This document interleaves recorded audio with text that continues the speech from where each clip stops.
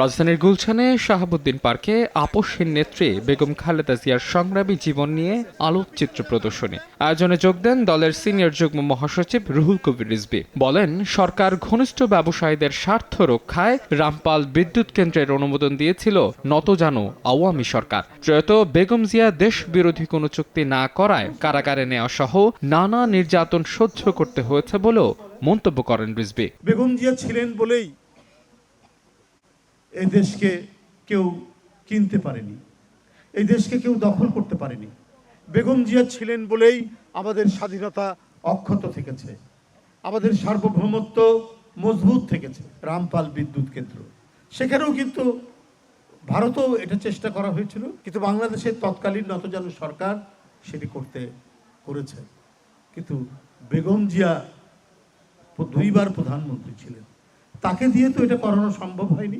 Rainbow allrounder exterior paint বাড়ির বাহিরের দেয়ালের সুরক্ষা নিয়ে থাকুন নিশ্চিন্ত, সাথে পাচ্ছেন 10 বছরের ওয়ারেন্টি। এদিকে চট্টগ্রামে বৌদ্ধ ধর্মাবলম্বীদের মহতী পূর্ণানুষ্ঠানে যোগ দিয়ে স্থায়ী কমিটির সদস্য আমির খসরু মাহমুদ চৌধুরী বলেন, অতীতে রাষ্ট্রের ক্ষমতার অপব্যবহার দেখেছে জনগণ, আর তাই রাষ্ট্রের ক্ষমতা নয় জনগণের ক্ষমতা দেখতে চায় বাংলাদেশ।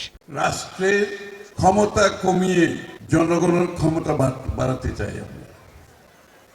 রাষ্ট্র বেশি শক্তিশালী হলে অসুবিধা দেখছি না আমরা চাই সকলের জন্য একটা লেভেল প্লেইং ফিল্ড, সকলের জন্য সমান থাকতে হবে। সেটা চাকরি হোক, বাকরি হোক, লেখাপড়া হোক, ব্যবসা হোক, বাণিজ্য হোক, রাজনীতি হোক। রেইনবো নেশন, রংধনু দেশের কথা বিএনপি ডিক্লেয়ার করেছে এই কারণে যে একটা রংধনুতে সব রং থাকবে, কিন্তু একটা রংধনু, এটা হচ্ছে বাংলাদেশ। বিভিন্ন ধর্ম থাকবে, বর্ণ থাকবে, ইতিহাস থাকবে, সংস্কৃতি থাকবে, ভাষা থাকবে।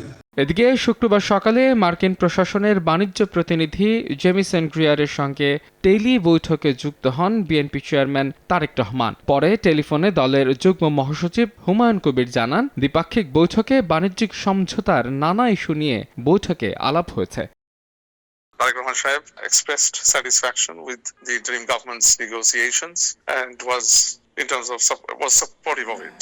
In the exchanges, positive exchanges took place between the Trump administration's U.S. Trade Representative. বাংলাদেশে নির্বাচন সামনে রেখে সম্প্রতি বিভিন্ন দেশের কূটনীতি বিএনপি চেয়ারম্যানের সঙ্গে সৌজন্য সাক্ষাৎ করেন। মাহাদ ইসলাম ধ্রুব, সময় সংবাদ, ঢাকা।